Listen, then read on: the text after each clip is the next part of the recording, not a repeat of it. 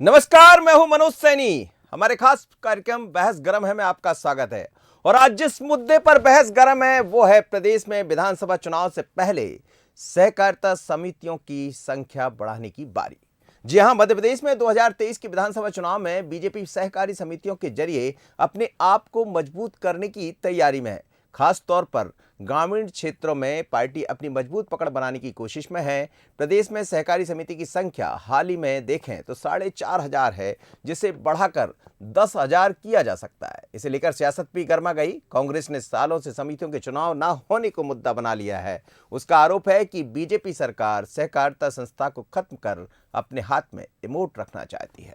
लेकिन क्या है दरअसल सहकारी समितियों की यदि हम बात करें तो केंद्रीय मंत्री अमित शाह है और देश भर की सहकारी समितियों के वो मंत्री कहलाते हैं। और जिस तरह से तैयारियां की जा रही है उसमें कहीं ना कहीं 2023 और 24 दोनों दिखाई देता है। तो क्या है, जरा सुनते हैं सरकार के मंत्री, सहकारिता मंत्री का क्या कहना है, अरविंद भदौरिया का। आखिर क्या है प्लान, जरा सुन लीजिए। सहकारिता प्रकोष्ठ की बैठक थी तो उसमें कई विषय थे। रूटीन बैठक है, हमारे अध्यक्ष जी थे, संगठन महामंत्री थे, मैं था। तो सहकारिता के माध्यम से जनता जनार्दन के बीच में मध्य प्रदेश की सरकार की उपलब्धियों को ले जाना, ऐसे कई विषयों पर बैठक थे। अभी एक नया हम प्रयोग कर रहे हैं। अभी टोटल 4,500 पैक्स सोसाइटियाँ पूरे प्रदेश भर में। अभी हम 10,000 पैक्स सोसाइटियों को ले जा रहे हैं, तो उसी में से तोड़ के आगे बढ़ाएंगे। क्योंकि एक 5-5, 10-10 पंचायतों की सोसाइटी है तो खाद बीज के लिए दूर जाना पड़ता है। माननीय अमित शाह जी ने, हमारे सहकारिता मंत्री ने हमको निर्देश दिया है, ऐसे हर पंचायत में आगे चल के ले जाने वाले हैं। इन सब कानूनी प्रक्रियाओं को देखते जो बेहतर हो सकता है उस पर हम लोग आगे बढ़ेंगे। जब से सरकार भाजपा की आई है, जो चुनाव होते थे सहकारिता में वो पूरे बंद पड़े हैं। आप खुद सोचिए, जो भाजपा की सोच है वो यही है कि हर डिपार्टमेंट में चुनाव बंद कराओ। और अगर हमें पुनः जो पूरा सहकारिता विभाग है उसको मजबूत करना है तो अनिवार्य है कि सबसे पहले सहकारी समिति में चुनाव वापस हो। अगर चुनाव होंगे तो उसमें वो लोग सामने आएंगे जिनके पास जनबल है, और जिसके पास जनबल है वो फिर काम करेगा जनता के लिए, और जो पूरा विभाग है सहकारिता का उसको जीवित करेगा। लेकिन जो सोच भाजपा की है, सब काम केंद्रित करो राज्य सरकार पर, एक व्यक्ति पर, और उसी के आधार पर जो इनकी सोच थी पिछले कुछ सालों में, इन्होंने पूरा जो सहकारी विभाग है उसको ठप कर दिया है। चलिए, तो समझ आ रहा है कि आखिर सहकारिता के माध्यम से भारतीय जनता पार्टी की सरकार और बीजेपी कैसे आगे बढ़ने चाह रही। सहकारिता वो मॉडल है जिसके जरिए गांव-गांव तक पहुंचा जा सकता है। और यदि छोटी-छोटी समितियां गांव पंचायत तक पहुंच जाएगी, जाहिर है कि सरकार की जो हितग्राही मूलक योजना है वो भी जन जन तक पहुंचेगी। और जब योजना पहुंचेगी तो फिर सरकार और संगठन दोनों की बात होगी। और 2023 से पहले यदि ये होता है तो ये चमत्कार करेगी भारतीय जनता पार्टी। लेकिन आप कांग्रेस को भी सुन रहे हैं, वो कह रहे हैं पहले चुनाव तो करा लीजिए। मेरे साथ दो मेहमान जुड़ रहे हैं। नरेंद्र शिवाजी पटेल है, भारतीय जनता पार्टी के सह मीडिया प्रभारी, आपका बहुत स्वागत है। और साथ ही आनंद जाट जी है, कांग्रेस के प्रवक्ता। आनंद जी, आपका भी स्वागत। नमस्कार। सबसे पहले नरेंद्र शिवाजी जी, आपसे ही समझना चाहूँगा कि भारतीय जनता पार्टी के दफ्तर में आज भी सहकारिता की बैठक हुई और तमाम आपके वरिष्ठ जो पदाधिकारी हैं वो मौजूद थे। और जिस सहकारिता विभाग की हम बात कर रहे हैं उसका केंद्रीय नेतृत्व अमित शाह जी के हाथ में है, वो उसके केंद्रीय मंत्री है। तो क्या सहकारिता के माध्यम से 2023 की नैया पार लगाने की तैयारी? देखिए मनोज जी, भारतीय जनता पार्टी तो 365 घंटे काम करने वाली पार्टी है। तो निश्चित रूप से हमारी पार्टी के जो भी मोर्चा हैं, प्रकोष्ठ हैं, उनकी निरंतर ऐसी बैठकें होते रहती हैं। आज भी हमारा जो सहकारिता प्रकोष्ठ है उसकी बैठक संपन्न हुई है। उसी के तारतम्य में अनेकों बातें सामने आई हैं, जैसा कि आपने भी उल्लेख किया। दूसरा, जहाँ तक केवल 2023 की तैयारी की बात है तो केवल 2023 भी आएगा, 2024 भी आएगा, लेकिन भारतीय जनता पार्टी उसके लिए केवल चुनाव आएगा इसलिए तैयारी शुरू कर दी, ऐसा नहीं है। हम तो प्रतिदिन काम करने वाले लोग हैं। और जहाँ तक सहकारिता का प्रश्न है तो मैं समझता हूँ कि गुजरात का जो सहकारिता मॉडल है, मैं समझता हूँ कि देश के अंदर सबसे अच्छा मॉडल है। और माननीय अमित शाह जी भी उसी गुजरात प्रांत से आते हैं और उस सहकारिता का मंत्रालय भी अब दिल्ली में बनाया गया है। तो मैं समझता हूँ भारतीय जनता पार्टी तो चाहती है कि सहकारिता को जन जन तक पहुँचाए। जैसा कि आज भी जो आपके चैनल पे मैंने देखा, 450 जो समितियाँ हैं और उसको 10,000 करने की तैयारी है। तो निश्चित रूप से अब छोटी इकाई बनेगी तो किसानों को इससे ज़्यादा लाभ होगा। जी आनंद जी, अब सहकारिता एक ऐसा माध्यम है जो कहते भी बिना सहकार नहीं उद्धार, तो अब उद्धार की भी तैयारी है, लेकिन क्या प्लान होगा इसका आपके पास? सर, सहकारिता का अपने आप में जो नाम है उसमें ही अर्थ छिपा है कि साथ काम करने का भाव, साथ रहने का भाव और समान उद्देश्यों के लिए एकजुट होकर आर्थिक गतिविधियों को संचालित करने का भाव जहां है वो सहकारिता है। और इसी सहकारिता को भारतीय जनता पार्टी की सरकार ने मध्य प्रदेश में लगातार अपने 18 साल के शासन में कमज़ोर किया है, क्योंकि सहकारिता का सीधा संबंध गाँव से है, सहकारिता का सीधा संबंध किसानों से है, किसान जातियों से है। तो इसको समझने की ज़रूरत है। जो गांव को नहीं समझते वो सहकारिता को कैसे समझेंगे सर? चुनाव में प्रतिनिधित्व आएगा गांव के लोगों का, और वो प्रतिनिधित्व के माध्यम से जब अपने हक के लिए, अपने हित के लिए खुद निर्णय लेंगे, तो वो सबसे बड़ी प्रक्रिया थी, जिस प्रक्रिया को भारतीय जनता पार्टी की सरकार ने लगभग खत्म कर दिया है। ऐसा का ऐसा ही, चूंकि किसान विरोधी सोच है इसलिए मध्य प्रदेश में मंडी व्यवस्था को भी चौपट कर दिया गया है, मंडी के भी चुनाव नहीं होते हैं। अब चुनाव आ गए हैं विधानसभा के, तो गांव की याद सताने लगी है। गांव में भारतीय जनता पार्टी का प्रचार कैसे हो, चूंकि सरकारी खर्च पर जो है भाजपा का प्रचार करने के लिए विकास यात्रा निकाली गई, लेकिन जनता ने उसे निकास यात्रा बना दिया। अब सहकारी समितियों के माध्यम से शायद फिर चुनाव प्रचार करेगी भाजपा। तो ये चलने वाला नहीं है। मध्य प्रदेश में जनता बहुत जागरूक है और समय बदल गया है। चलिए, बिल्कुल निश्चित रूप से ये खैर कांग्रेस का कहना है, लेकिन मेरे साथ इस वक्त शरद द्विवेदी जी भी जुड़ गए, हमारे न्यूज़ हेड। शरद जी, सहकारिता बिना ना उद्धार एक वक्तव्य ऐसा कहा जाता है, उनका नारा भी है, लेकिन अब सहकारिता के माध्यम से जो 4,500 समितियां हैं, संख्या बढ़ाकर 10,000 कर दी जाएंगी। जाहिर है सहकारिता ऐसा क्षेत्र है जब गाँव-गाँव तक पहुँच जाएगा, पंचायत तक पहुँचाने की तैयारी है, और सहकारिता विभाग उस व्यक्ति के हाथ में है जो चुनावी मैनेजमेंट का है, जिन्हें या चुनाव के माहिर भी माने जाते हैं। अमित शाह जी के पास वो केंद्रीय मंत्री है, और ऐसे में इन समितियों की संख्या बढ़ाना 2023 से पहले, गुजरात मॉडल को भी हम देखें तो वहाँ सहकारिता का बड़ा एक अलग तरह का कार्यक्रम है जो बड़ा सक्सेस है। तो क्या मध्य प्रदेश में भी उसी तरह का करने की तैयारी 2023 से पहले? कुछ बेसिक्स ऐसे होते हैं मनोज, जो बेसिक ही होते हैं, जिनकी तरफ आपको लौटना ही पड़ता है। आप कितने आधुनिक हो जाएं, आपके तौर तरीके कितने भी बढ़िया हो जाएं, लेकिन कुछ बेसिक चीज़ें ऐसी होती हैं कि आपको वो सीखनी ही पड़ती हैं। जैसे आप अगर गायकी में रुचि रखते हैं तो आपको सारे गामा से दोस्ती करनी ही पड़ेगी, 7 सुरों से आपकी मित्रता होनी ही होगी, नहीं तो आप उसके बेसिक्स को कभी समझ नहीं पाएंगे। सहकारिता को दोनों पार्टियों ने इग्नोर किया ऐसा तो मैं नहीं कहूँगा, लेकिन जिस तरह से अब व्यक्तित्व आधारित राजनीति बहुत दोनों ही दलों में बढ़ती चली गई है, और ये कमोबेश किसी एक राजनीतिक दल नहीं, ये सभी राजनीतिक दलों में है। पहले हम देखते थे कि आप कांग्रेस की राजनीति को देखिए, एक समय की मैं बात कर रहा हूँ, इसी तरह आप बीजेपी को राजनीति को देखिए, आपको मिलेंगे सुंदरलाल पटवा जी, आपको मिलेंगे कैलाश जोशी जी, आपको मिलेंगे बाबूलाल गौर जी। ऐसा नहीं है कि इक्वली आपको दिखता था कि अरे साहब ये पूर्व मुख्यमंत्री, ये वर्तमान है, ये पूर्व हो गए। आप कांग्रेस की तरफ जाएं, श्यामाचरण शुक्ला, विद्याचरण शुक्ला, मोतीलाल वोरा, माधवराव सिंधिया, अर्जुन सिंह, दिग्विजय सिंह जी तो 90 के दशक से उनका प्रादुर्भाव होता है, लेकिन उसके पहले ये बड़ा संतुलन रहता था। आप इसी तरह सहकारिता में देखें तो आज सहकारिता का दोनों पार्टियों का बड़ा नेता कौन है? अरुण यादव जी के ऊपर एक जिम्मेदारी जरूर है, लेकिन अभी मैं फिर भी उनको सुभाष यादव जी की तरह सहकारिता क्षेत्र का निर्विवाद नेता नहीं कह सकता। और भंवर सिंह शेखावत जी या उसके पहले भी चले तो मुझे याद नहीं आता कि बीजेपी में कौन सा ऐसा नेता है जो सहकारिता का नेतृत्व कर रहा है। तो ये दोनों पार्टियों की चिंता का विषय है, क्योंकि सहकार, जैसा हमारे आनंद जी कह रहे थे, बिल्कुल सही बात है, सहकार से लोग जुड़ते हैं, और सहकारिता एक ऐसा क्षेत्र है, नितिन गडकरी ने तो बहुत बड़ा आंदोलन खड़ा कर दिया है महाराष्ट्र में सहकारिता के जरिए, तो ताकत बड़ी मजबूत होती है।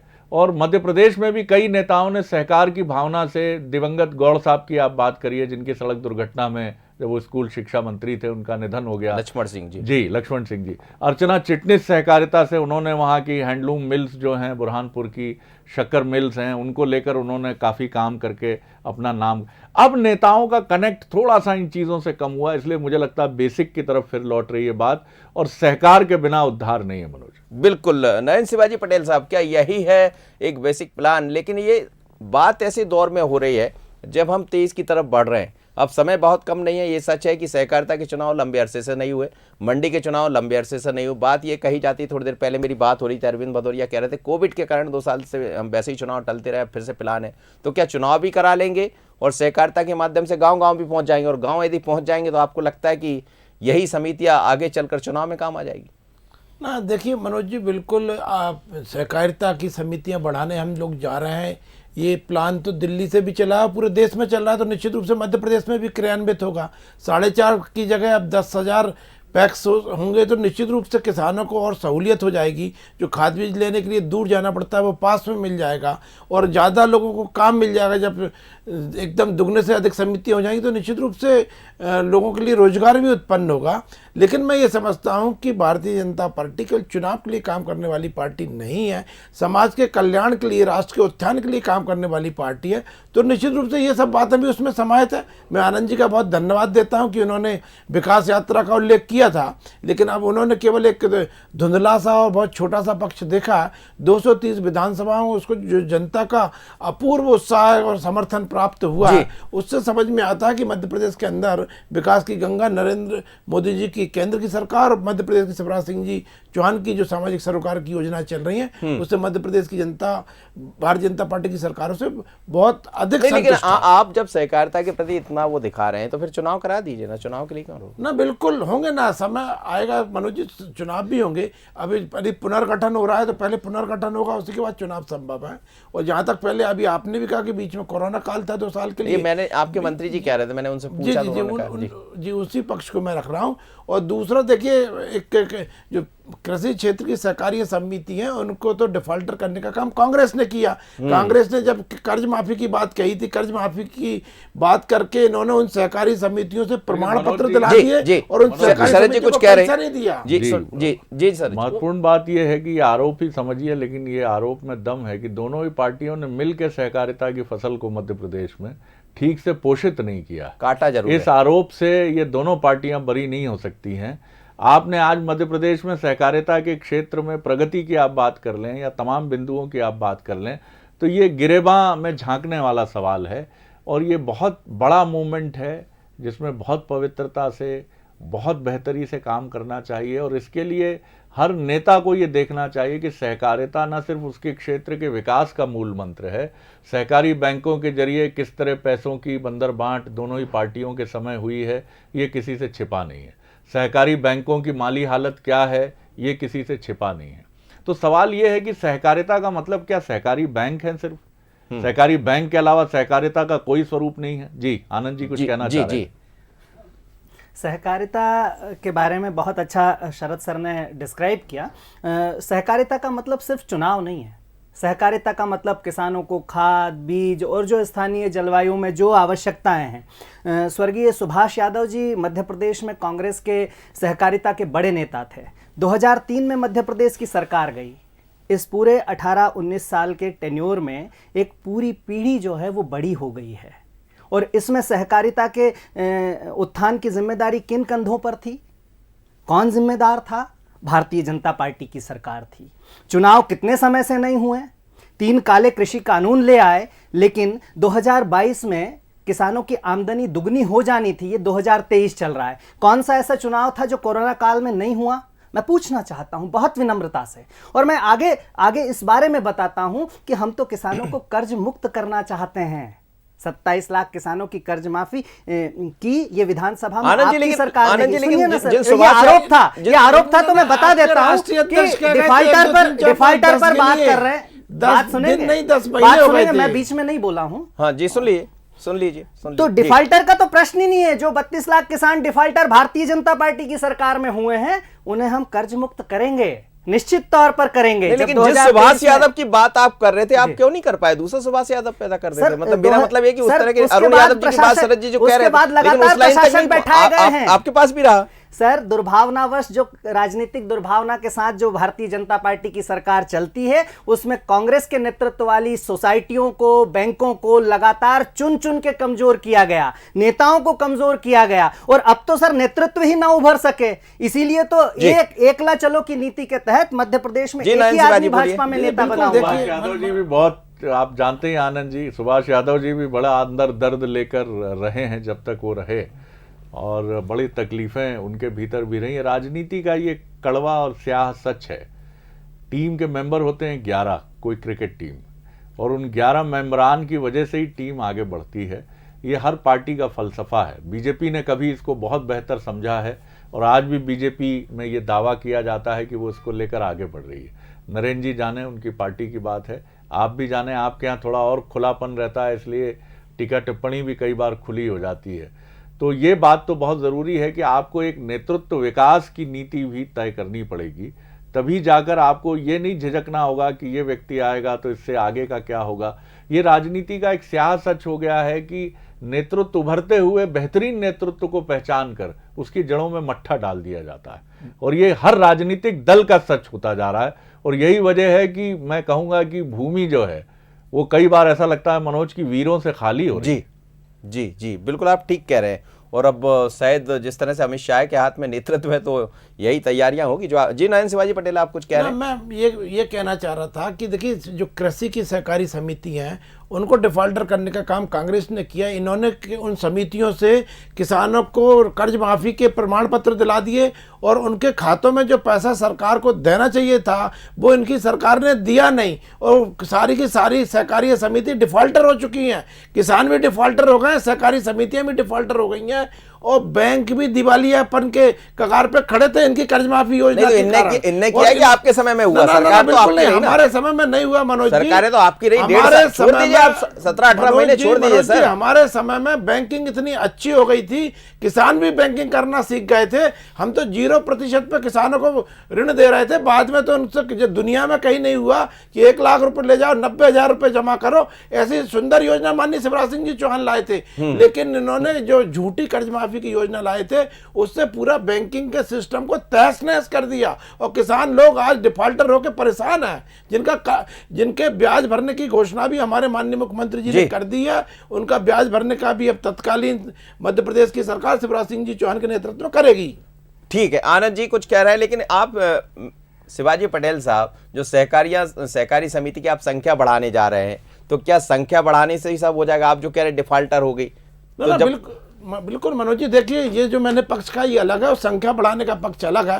संख्या बढ़ने से ये होगा कि अभी जो 7-8 पंचायत के बीच में एक समिति है, वो फिर 2-3 पंचायत के बीच में एक समिति हो जाएगी, तो काम करना आसान हो जाएगा, किसानों को सुविधा हो जाएगी, खाद बीज पास में मिलेगा, उनको पैसा जमा करने के लिए पास में जाना पड़ेगा, तो उससे किसानों की सुविधाएं बढ़ जाएंगी। जी आनंद, मैं सिर्फ इतनी सी बात कहना चाहता हूं कि जब 2018 में कांग्रेस की सरकार बनी तो हमने महाकाल कॉरिडोर के विस्तार का काम किया, वो पुण्य का काम था। सहकारिता का सुनिए ना, मैं उसी, क्योंकि किसान कर्ज माफी पर इनकी सोच बता रहा हूं कि क्या है। सर, सहकारिता से सहकारिता पर भी बताता हूं कि जब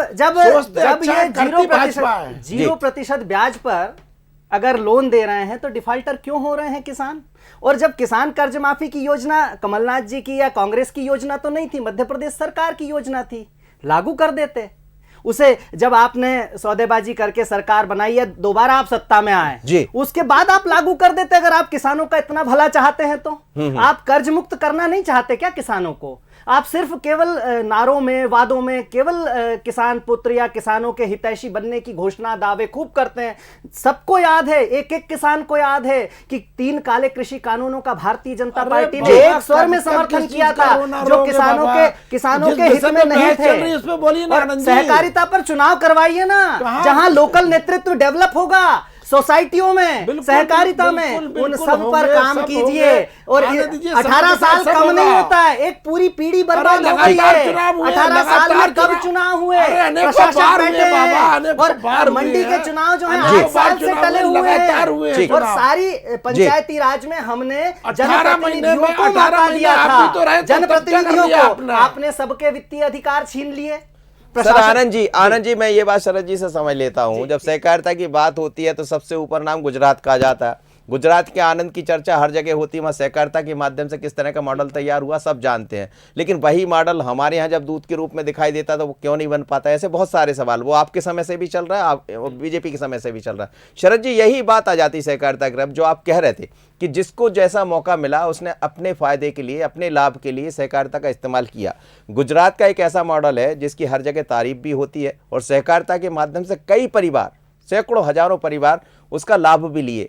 हम कहाँ जाकर रुक जाते? क्या एक समितियों की संख्या बढ़ाए जाने से ये काम हो जाएगा या सिर्फ चुनावी मॉडल है? देखिए, मैं फिर उसी मूल मुद्दे पर लौटूंगा, एक सादे सब सदे। आपको अगर ट्राइबल लीडरशिप को आप प्रमोट करते हैं तो जो भी आपका नेतृत्व करता है, आप विपक्ष में हैं तो कमलनाथ जी पर प्रेशर कम होता है, सत्ता पक्ष में है तो शिवराज जी पर प्रेशर कम होता है। अगर आपको ओबीसी की तरफ जाना है तो उसका मध्य प्रदेश का सबसे बड़ा लीडर कौन है? दोनों पार्टियों के लिए वही सच है। इसी तरह आप दलित वर्ग की तरफ जाते हैं, दोनों पार्टियों में बड़ा नेता कौन है? आपको साफ समझ में आता है। महत्वपूर्ण बात यह है कि अगर आप सिर्फ चुनाव जीतने के लिए, चुनाव जीतने के समय आप इस तरह की लीडरशिप या इस तरह के कार्यक्रमों को प्रमोट करने की कोशिश करते हैं तो वो वर्ग भी समझता है जिसके लिए आप ये बात कर रहे हैं, और बहुत कुछ ज़मीन पर उतरता हुआ नहीं दिखता। ये बिल्कुल सही बात है कि आज महाराष्ट्र या गुजरात की तरह मध्य प्रदेश या उत्तर भारत की पट्टी के जितने भी राज्य हैं, इसमें सिर्फ मध्य प्रदेश की बात नहीं होगी, उत्तर प्रदेश की तरफ चलिए, आप राजस्थान की तरफ चलिए, हरियाणा की तरफ चलिए, पंजाब की तरफ चलिए, इन राज्यों में आपको सहकारिता आंदोलन का सबसे बड़ा क्या प्रतीक दिखता है जिसको आप कहें कि देखिए साहब, इसने किसानों की ज़िंदगी बदल दी इस हिस्से में? मध्य प्रदेश में सोयाबीन एक अद्भुत, एक समय बहुत ज़बरदस्त कैश क्रॉप रही है। आज भी यहाँ का किसान अपने उद्यम में किसी से कम नहीं है। लेकिन अगर आप चुनाव जीतने के उपकरण के तौर पर सहकारिता को देखेंगे, और मुझे कहने में संकोच नहीं कि मध्य प्रदेश में दोनों ही दलों ने सहकारिता को सिर्फ चुनाव जीतने के एक टूल की तरह देखा है।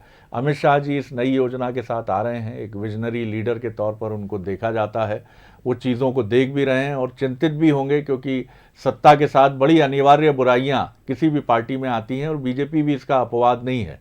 कांग्रेस अगर आज विपक्ष में बैठी है या ढेर सारी चुनौतियों का सामना कर रही है तो इसका सबसे बड़ा कारण है लंबे समय तक सत्ता में रहने से उपजा हुआ साइड इफेक्ट। इससे आप वंचित नहीं हो सकते। जैसा चाणक्य कहते थे कि रिश्वत उस शहद की तरह है कि जिसको जिह्वा से स्पर्श कराने के बाद आप कहिए कि उसका स्वाद नहीं लिया है किसी ने, ये नहीं हो सकता है। तो power corrupt absolute, power corrupt absolutely.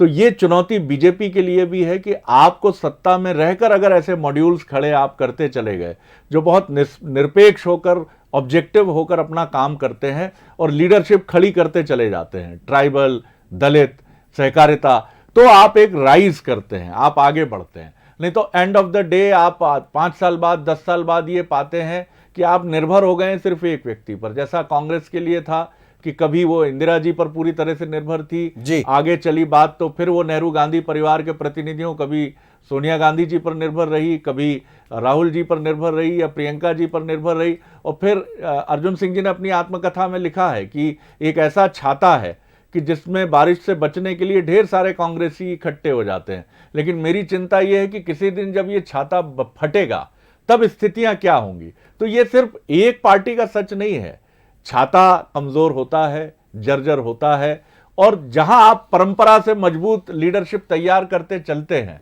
तो वो चीजें, जैसे नरेंद्र मोदी 2014 में आए, एक कॉम्पिटेंट लीडर की तरह आए, उनको फायदा मिला उसका बीजेपी को। बिल्कुल ठीक कह रहे हैं आप, बिल्कुल। नरेंद्र शिवाजी पटेल साहब, यही है वो छाता, जिस छाते की बात कर रहे हैं कि फिर एक दिन आता छाता फट जाता। बिल्कुल। देखिए मनोज जी, भारतीय जनता पार्टी का छाता नहीं है, भारतीय जनता पार्टी की तो बहुत अच्छी मजबूत छत है। हमारे पूर्वज पंडित दीनदयाल उपाध्याय जी, डॉक्टर श्यामा प्रसाद मुखर्जी जिस नींव और संरचना को रख गए हैं, निश्चित रूप से बहुत मजबूत है। शरद जी ने निश्चित रूप से बेबाकी से, बहुत निष्पक्ष रूप से बहुत अच्छे विचार रखे हैं, और मैं उनको धन्यवाद भी दूंगा कि उन्होंने नितिन गडकरी जी का जो एक, मैं समझता हूँ कि आदर्श मॉडल है सोशियो कोऑपरेटिव और एंटरप्रेन्योरशिप का, मैं समझता हूँ कि निश्चित रूप से उससे हजारों लाखों लोगों को रोजगार भी मिला है, सहकारिता के क्षेत्र में एक बहुत आदर्श भी स्थापित किया। मध्य प्रदेश में भी आदर्श खड़ा कर बिल्कुल खड़ा होगा। देखिए बिल्कुल मनोज जी, निश्चित रूप से लगातार भारतीय जनता पार्टी की, मध्य प्रदेश की सरकार भी किसानों के कल्याण के लिए अभी दुगनी आय दुगनी करने की बात कर रहे थे हमारे आनंद जी। मध्य प्रदेश के अंदर सिंचाई का रकबा 6 गुना हुआ। मध्य प्रदेश के अंदर अनाज, जो पहले कांग्रेस के जमाने में 159 लाख मीट्रिक टन अनाज उत्पन्न होता था, आज 619 लाख मीट्रिक टन अनाज उत्पन्न हो रहा है। 4 गुना अनाज उत्पादन मध्य प्रदेश में बढ़ गया है। ये केवल जी। मध्य प्रदेश के किसानों ठीक। की परिश्रम से हुआ है। मैं उनको प्रणाम करता हूं, परंतु उनको जो सुविधाएं देने का काम करना था वो माननीय शिवराज सिंह जी चौहान ने आनंद जी, किया। अंतिम प्रतिक्रिया। मध्य प्रदेश में किसानों की प्रति व्यक्ति आय जो है प्रति माह की 8,139 रुपए है। मैं जानकारी के लिए बता दूं, मीडिया रिपोर्ट्स में और सरकार की नीतियों के हिसाब से। आज की रिपोर्ट देख लिया? हाँ, आज की भी रिपोर्ट देख ली सर। किसानों की आमदनी दुगनी नहीं हुई है। जी। ये भ्रमित करके अनाज दूसरा उत्पादन उत्तर 4 देने गुना की हुआ कोशिश है। करते हैं। अनाज लेकिन उत्पादन वास्तव- 4 गुना लागत हुआ भी है। तो बताइए, 107 रुपए का पेट्रोल, 98 मध्य रुपए का प्रदेश को डीजल, 7 बार कृषि डीएपी कर्मण जो है, पुरस्कार मिला, DAP 7 जो है बार कृषि कर्मण 500 रुपए पुरस्कार। से मध्य 1700 प्रदेश रुपए का हो गया है। नंबर 1 राज्य हो गया पूरे देश में। सहकारिता को बढ़ा दीजिए सर, उसी पर चर्चा हो रही है। अब ये तो आंकड़े तो आपके पास भी, आपके पास भी। गांव से न जाने इतना विरोध क्यों है भारतीय अरे जनता भैया, पार्टी गाँव को? में किसानों से जन्मे क्यों विरोध है? गाँव में आज जन्मे सहकारिता के किसान चुनाव के क्यों नहीं परिवार होने में जन्मे ही चाहिए? मुख्यमंत्री चुनाव है कब मध्य प्रदेश करवाओगे? के। चुनाव कब करवाओगे? बस इतना सा उत्तर दे दीजिए। गाँव गांव का गरीब नेतृत्व किसान से कब बहुत आगे आएगा? प्यार है भारतीय कब जनता पार्टी आएगा? को। चलिए सर, समय इजाजत नहीं दे रहा है। बहुत बहुत धन्यवाद आप तीनों मेहमानों को मेरे साथ जुड़े, शरद जी जुड़े हैं, आनंद जी और साथ ही नयन शिवाजी पटेल। लेकिन मध्य प्रदेश में भारतीय जनता पार्टी 2023 से पहले सहकारिता के माध्यम से एक अलग लाइन खड़े करने की तैयारी में है। वजह आप समझ सकते हैं कि यदि सहकारिता समितियों की और संख्या बढ़ेगी तो जाहिर सी बात है कि गांव तक पहुंच जाएंगी, छोटी छोटी समितियां हो जाएंगी। उसके 2 लाभ होंगे। एक तो ये कि केंद्र और राज्य की डबल इंजन की जो सरकार है वो योजनाएं जन जन तक पहुंच जाएगी, जिसका जिक्र बार बार सरकारें करती रहती है। दूसरा ये है कि एक बड़ी संख्या तैयार हो जाएगी नए नेतृत्व की, जो 2023 और 24 में काम आएगी। लेकिन कांग्रेस के पास क्या काट होगा इसका, ये भी देखना होगा। पर कांग्रेस में भी कई सीनियर लीडर है, कमलनाथ, दिग्विजय सिंह जैसे, जरूर है इस बात को समझ रहे होंगे। बहस गरम इतना ही, मुझे दीजिए इजाजत। बने रहिए बंसल न्यूज पर। नमस्कार।